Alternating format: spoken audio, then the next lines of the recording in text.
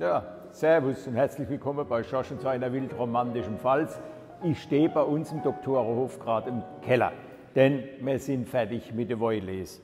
Also das Jahr, muss ich ehrlich sagen, es war schon ein heißes Jahr. Es hat geregnet, dann hat es geregnet, dann hat es geregnet, dann hat es geregnet, dann hat es geregnet.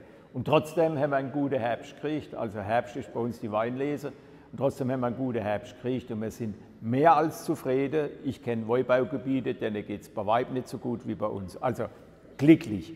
Und glücklich heißt einfach auch, dass wir glücklich sind und ich das dir oder euch probiere ein bisschen mitzugeben, dieses Glück, indem dass ich jetzt 6 wunderschöne Pelzer Wetter dir sage und wenn sie einigermaßen rote tust, dann die Möglichkeit hast, bei uns in Elmstedt, das liegt mitten im Pfälzerwald, da haben wir direkt unter der alten Burg aus dem 11. Jahrhundert so ein wunderschönes Mini-Heisel, also Tiny Heisel aus der Zeit von der Burgerbauung und das ist ein Ferienheisel und da kannst du dann mit einer Frau, mit wem auch immer, 3 Tage übernachten, wann gewünscht.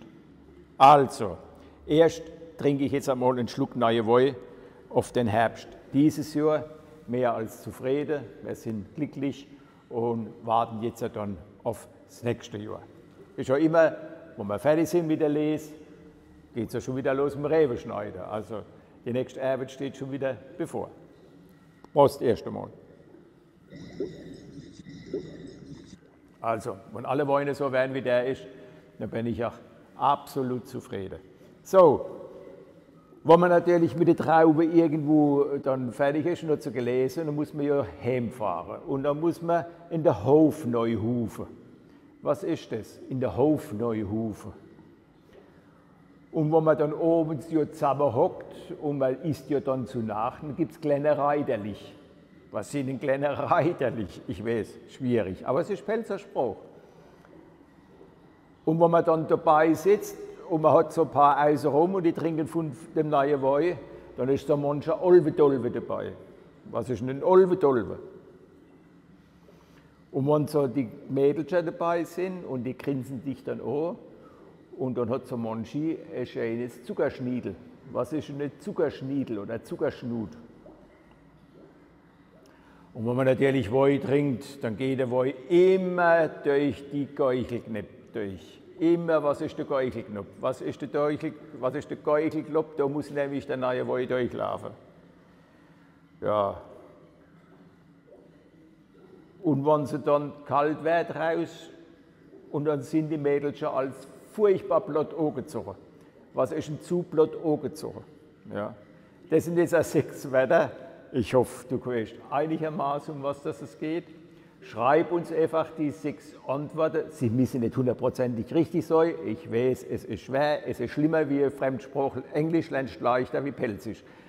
Man müsste mal ein Institut machen für Pelzisch, wo man richtig Pelzisch lernen kann. Also schreib es uns auf der doktorenhof.de, kannst schreiben oder schick mir einen Brief oder was auch immer.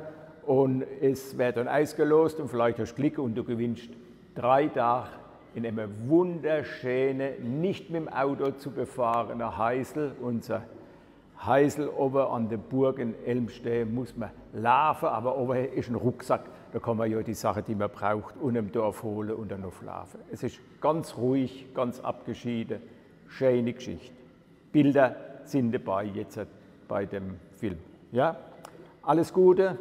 Dankeschön noch einmal, dass du die ganze Zeit mit uns dabei warst, dass uns die Stange gehalten hast, dass wir Essig machen können fertig. Und ich wünsche dir ein gutes Jahr für nächstes Jahr und mehr freuen uns auch schon wieder auf nächstes Jahr und fangen jetzt wieder an, die Rebe zu schneiden. Alles Gute, bis zum nächsten Mal, Schorsch und seine wildromantische Pfalz. Servus, Prost. Aha, richtig gut.